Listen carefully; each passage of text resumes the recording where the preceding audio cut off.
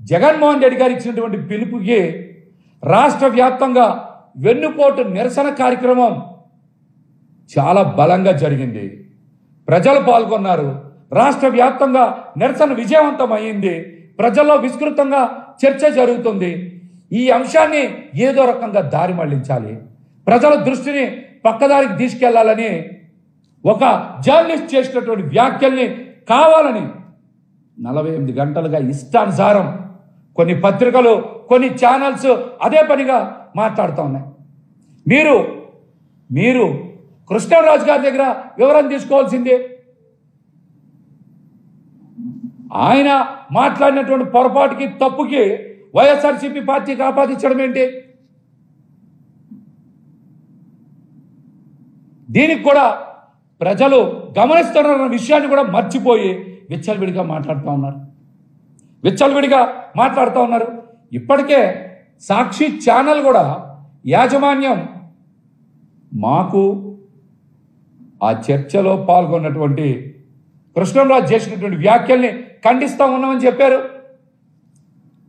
అట్లాగనే ఈ సందర్భంగా మరొకసారి గుర్తు చేస్తూ ఉన్నా, ఛానల్లో కూడా ప్రత్యక్షంగానైనా పరోక్షంగానైనా అప్రయత్నంగానైనా సరే మహిళల మర్యాద గనక భంగం కలిగితే అటువంటి వ్యాఖ్యల్ని, ప్రకటనల్ని తప్పనిసరిగా ఖండిస్తాం, సమర్థించమని కూడా సాక్షి యాజమాన్యం తెలిసిందే.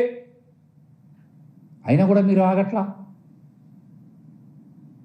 ఇష్టానుసారం బురద జల్లే పని చేస్తూ ఉన్నారు. గతంలో చాలా సంఘటనలు జరిగాయి కదా, అప్పుడు కూడా మీరు చాలా ఛానల్స్ని, అది ఏబిఎనా, TV5, ఈటీవీయా, ఆంధ్రజ్యోతా, లేకపోతే ఈనాడ, ఈ పేపర్స్ అని కూడా మీరు తగలబెట్టకపోయారా? లేకపోతే ఆ ఛానల్స్ కార్యాలయాల దగ్గరికి వెళ్ళి ధర్నాలు చేయకపోయారా? అప్పుడు మాట్లాడలేదు ఎవరు? కావాలని జగన్మోహన్ రెడ్డి గారి కుటుంబాన్ని టార్గెట్ చేసి వ్యక్తిగతంగా ఇబ్బంది పెట్టాలనేటువంటి కుట్రలో భాగంగానే ఇది చేస్తూ ఉన్నారు. ఇది ఆ రోజున చాలా మంది నాయకులు కూడా ఇష్టానుసారం మాట్లాడారు కదా, అప్పుడు ఎందుకు ప్రసారం చేయలే మీరు? అప్పుడు ఎందుకు ఇంత గోల చేయలే మీరు? అంటే మీకు నచ్చినప్పుడు ఒకసారి, లేకపోతే ఇంకొకసారి ఇంకోలా మాట్లాడతారా? అప్పుడు మహిళల ఆత్మగౌరవం దెబ్బతినలేదా? ఈ ఛానల్స్ యాజమాన్యాలు ఎవరికి దెబ్బతినలేదా? దీనికి కూడా వారు సమాధానం చెప్పాలి. కృష్ణరాజు గారు కూడా నిన్న బయటకు వచ్చారు. ఆయన కూడా పొరపాటు జరిగిందని మాట్లాడారు, వీడియో రిలీజ్ చేశారు. మన హోమ్ మినిస్టర్ గారికి ఇవేవీ పట్టట్లేదు, వీటి కోసం ఆవిడ స్పందించరు. మొన్నే చూసాం, సత్యసాయి జిల్లాలో 14 సంవత్సరాల దళిత మైనర్ బాలికని 14 మంది టీడీపీ కార్యకర్తలు దారుణంగా 6 నెలల పాటు అత్యాచారం చేశారు. వీడియోలు తీసి బ్లాక్మెయిల్ చేయడం జరిగింది. వాళ్ళందరూ కూడా టీడీపీ కార్యకర్తలే. దాని మీద మాత్రం హోమ్ మినిస్టర్ గారు స్పందించరు. అంతకుముందు తీసుకుంటే వెస్ట్ గోదావరి ఉండి నియోజకవర్గంలో మనం చూసాం, ఒక మైనర్ బాలిక మీద అత్యాచారం, 8 సంవత్సరాల మైనర్ బాలికని 75 సంవత్సరాల వృద్ధుడు అత్యాచారం చేయడం జరిగింది. ఇవేవి కూడా మన హోమ్ మినిస్టర్ గారికి కనిపించదు. కానీ మా వైఎస్ఆర్ కాంగ్రెస్ పార్టీ మీద, మా జగన్మోహన్ రెడ్డి గారి మీద, అతని కుటుంబ సభ్యుల మీద దుమ్మెత్తిపోయడంలో మాత్రం హోమ్ మినిస్టర్ గారు ముందుంటారు.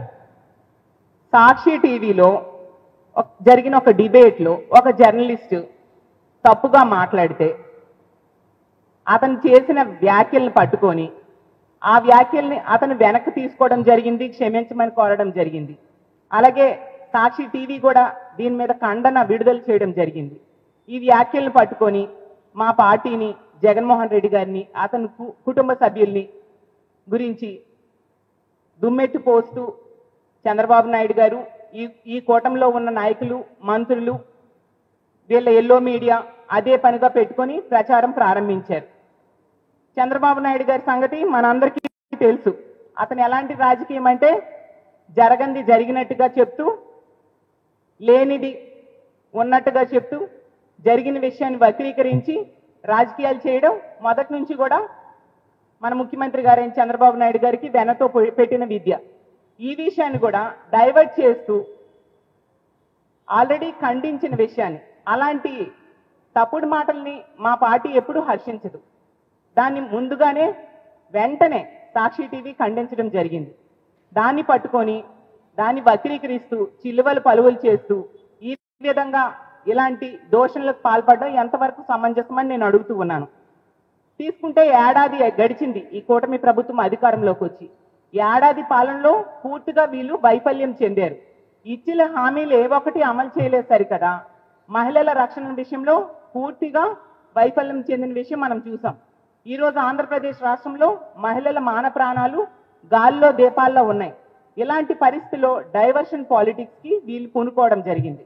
ఎంతసేపు కూడా రెడ్ బుక్ రాజ్యాంగం ఏ విధంగా అమలు చేయాలి, ప్రతిపక్ష నాయకుల మీద కక్షపూరిత చర్యలు ఏ విధంగా తీసుకోవాలి, పోలీసుల్ని అక్రమ కేసులు పెట్టడానికి ఏ విధంగా ఉపయోగించాలి, అక్రమ కేసులు పెట్టి ప్రతిపక్ష నాయకుల్ని ఏ విధంగా అరెస్టులు చేయాలి, దాని మీద దృష్టి పెట్టారు తప్ప మహిళల మాన ప్రాణాల రక్షణ మీద వీళ్ళు దృష్టి పెట్టలేదు. ఇలాంటి ఇష్యూస్ ఏమైనా దొరికితే దాన్ని పట్టుకొని చిలువలు పలువులు చేస్తూ మా జగన్మోహన్ రెడ్డి గారి మీద అతని కుటుంబ సభ్యుల మీద తిట్టడం, దుమ్మెత్తిపోయడం పనిగా పెట్టుకోవడంలో వీళ్ళు ముందుంటూ ఉన్న పరిస్థితి మనం చూస్తూ ఉన్నాం. అంటే దిగజారుడు రాజకీయాలు అన్నమాట. సాక్షి టీవీలో చర్చా వేదిక సందర్భంగా కృష్ణంరాజు అనే ఒక విశ్లేషకుడు, ఒక జర్నలిస్టు రాజధాని అమరావతి మీద, అమరావతి ప్రాంతంలో ఉన్న మహిళల మీద అనుచిత వ్యాఖ్యలు, అసభ్యకరమైన వ్యాఖ్యలు, అశ్లీల వ్యాఖ్యలు చేయడం గర్హనీయం. ఇది శోచనీయం, ఇది దురదృష్టకరం. రాష్ట్ర రాజధాని అమరావతిని కించపరచడమే కాకుండా మహిళా లోకాన్ని కూడా అవమానపరచడమే అవుతుంది. ఇది ఏమాత్రం సమంజసం కాదు.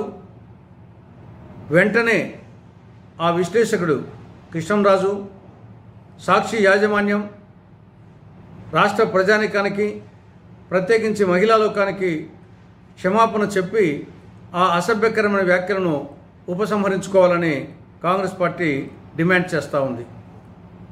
ఇక రెండవ అంశం, రాజధాని ప్రాంతాన్ని ఫ్రీ జోన్గా ప్రకటించాలి.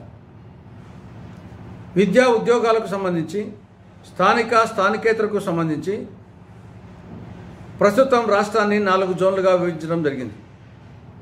శ్రీకాకుళం, విజయనగరం, విశాఖపట్నం మొదటి జోను, తూర్పుగోదావరి, పశ్చిమ గోదావరి, కృష్ణా రెండవ జోను అంటే పాత జిల్లాలు, గుంటూరు, ప్రకాశం, నెల్లూరు మూడవ జోను, కడప, కర్నూలు, చిత్తూరు, అనంతపురం 4వ జోనుగా ప్రస్తుతం ఉన్నాయి.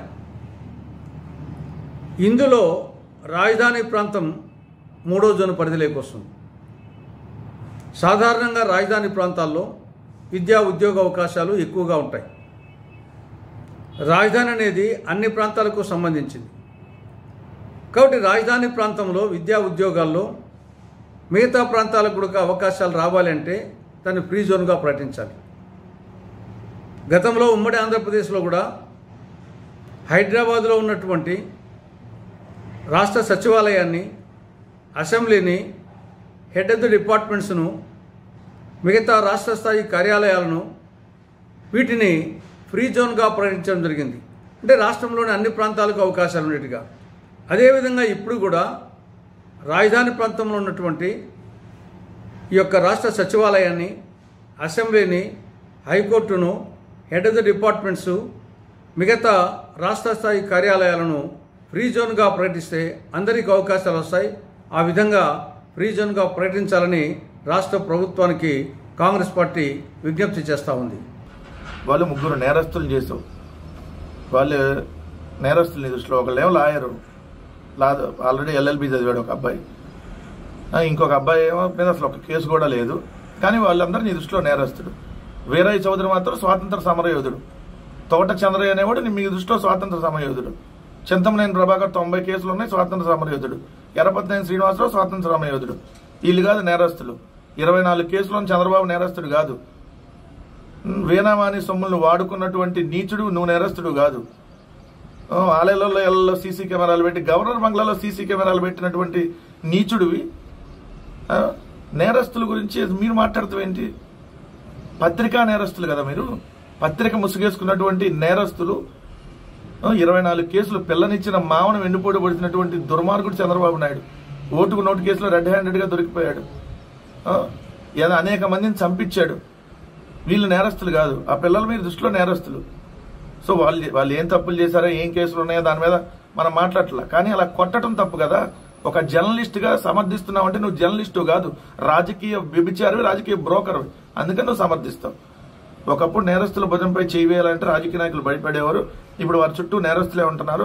తమ ఓటు బ్యాంకును స్థిరీకరించుకునే పనిలో భాగంగా నేరస్తుల కుటుంబాల పరామర్శకు జగన్ బయలుదేరారు. నేరస్తులకు ఎమ్మెల్యే టికెట్లు ఎవరిస్తుంది? జోలకంటి బ్రహ్మారెడ్డి ఎవరిచ్చింది ఎమ్మెల్యే టికెట్? అదేవిధంగా చింతమనేని ప్రభాకర్కి ఎవరిచ్చారు ఎమ్మెల్యే టికెట్? ఎంపీపీగా ఎవరిచ్చారు వీరయ్య చౌదరికి?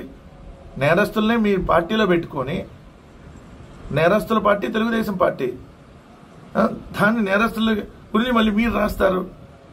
చెవట్ల ఎలాంటి వార్తలు రాస్తారంటే, డాక్టర్ సుధాకర్, డ్రైవర్ సుబ్రహ్మణ్యం వంటి మంచి వాళ్ళ కోసం అదే దళితులు ఎందుకు నిలబడలేదు? ఈ సైకాలజీ పట్టుకుని జగన్ రెడ్డి వారికి కవచంలో వాడుకుంటున్నారు. సుధాకర్ అనే అతని ముఖ్యమంత్రి గారిని పచ్చి బూతులు తిట్టి అతన్ని రాజకీయంగా వాడుకుంది మీరు కదా, ఎమ్మెల్యే టికెట్ ఇస్తారని చెప్పి అయ్యన్న పాత్రుడు ఇవ్వకుండా ఈ రాయరు. డ్రైవర్ సుబ్రహ్మణ్యానికి సంబంధించి జరిగింది దాని మంది కోర్టులో విచారణలో ఉంది. మీరే తేల్చేసేయండి. ఈలోపు మా ప్రభుత్వంలో జరిగినప్పుడు వాళ్ళ భార్యకి ప్రభుత్వ ఉద్యోగం ఇచ్చాం, వాళ్ళకి సంబంధించిన ప్రభుత్వ స్థలాన్ని కూడా కేటాయించడం జరిగింది. కేసుల్లో ఉన్నవారు ప్రభుత్వ ఉద్యోగాలకు అనర్హులు. అలాగే రౌడీ షీటర్లు, గంజా వ్యాపారం చేసేవాళ్ళు, ఇతర నేరాలు పాల్పడిన వాళ్ళు ప్రభుత్వ సంక్షేమ పథకాలకు అనర్హులని కూటమి ప్రభుత్వం ఎందుకు ప్రకటించకూడదు? ప్రకటించండి, ఎవడొద్దన్నాడు? రౌడీ షీటర్లు, గంజా వ్యాపారాలు చేసేవాళ్ళు వీళ్ళందరూ ప్రభుత్వ సంక్షేమ పథకాలకు అనర్హులు. ఎస్, రాజకీయాల్లో పోటీ చేయడానికి కూడా అనర్హులు అని చెప్పండి. 30 తెలుగుదేశం పార్టీ ఖాళీ అయిపోయింది కదా. మేము దాంట్లో ఉంది అందరికి అదే కదా. గంజాయి సప్లై చేసేవాళ్ళు తెలుగుదేశంలో ఉండేది ఎవరు? గంజాయి సప్లై చేసేవాళ్ళు, వ్యభిచారం చేసేవాళ్ళు, స్పాలు నడిపారు. వ్యభిచారానికి సంబంధించిన స్పాలు నడుపుతా ఉన్నారు. తెలుగుదేశం పార్టీలో ఉంది వాళ్ళే కదా మేజర్గా.